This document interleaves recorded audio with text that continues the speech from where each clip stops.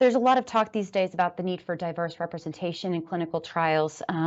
It's sort of obvious why you would want equal representation between males and females because of the obvious biological differences.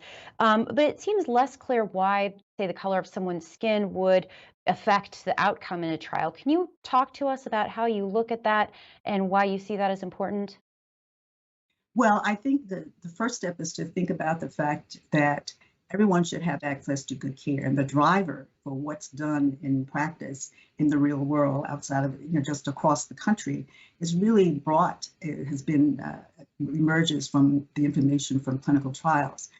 But we know that there are different rates and incidence rates among populations. And even when the incidence rates are more equal in terms of incidence, there are differences in mortality. So it's really critical to have participation representation from those individuals who are dying and have a higher risk of mortality in our cancers. And we know that among racial and ethnic population, this is in fact the case. They have a much higher burden of cancers in their outcomes in terms of mortality.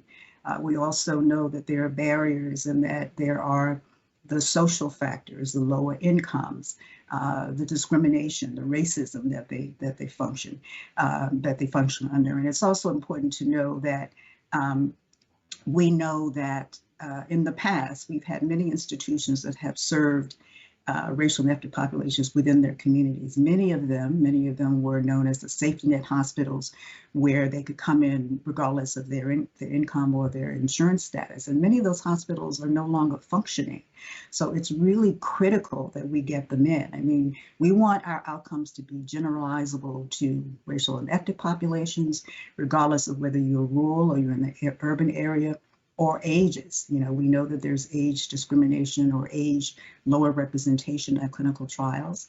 And we learn so much over time. We've learned that the adolescents and young adults, 15 to 39, we've learned so much in the pediatric population, but many of our trials have been very successful and they've had great outcomes. But there are disparities. For example, in Hispanic children, they're 20% more likely to develop leukemia than in non-Hispanic whites.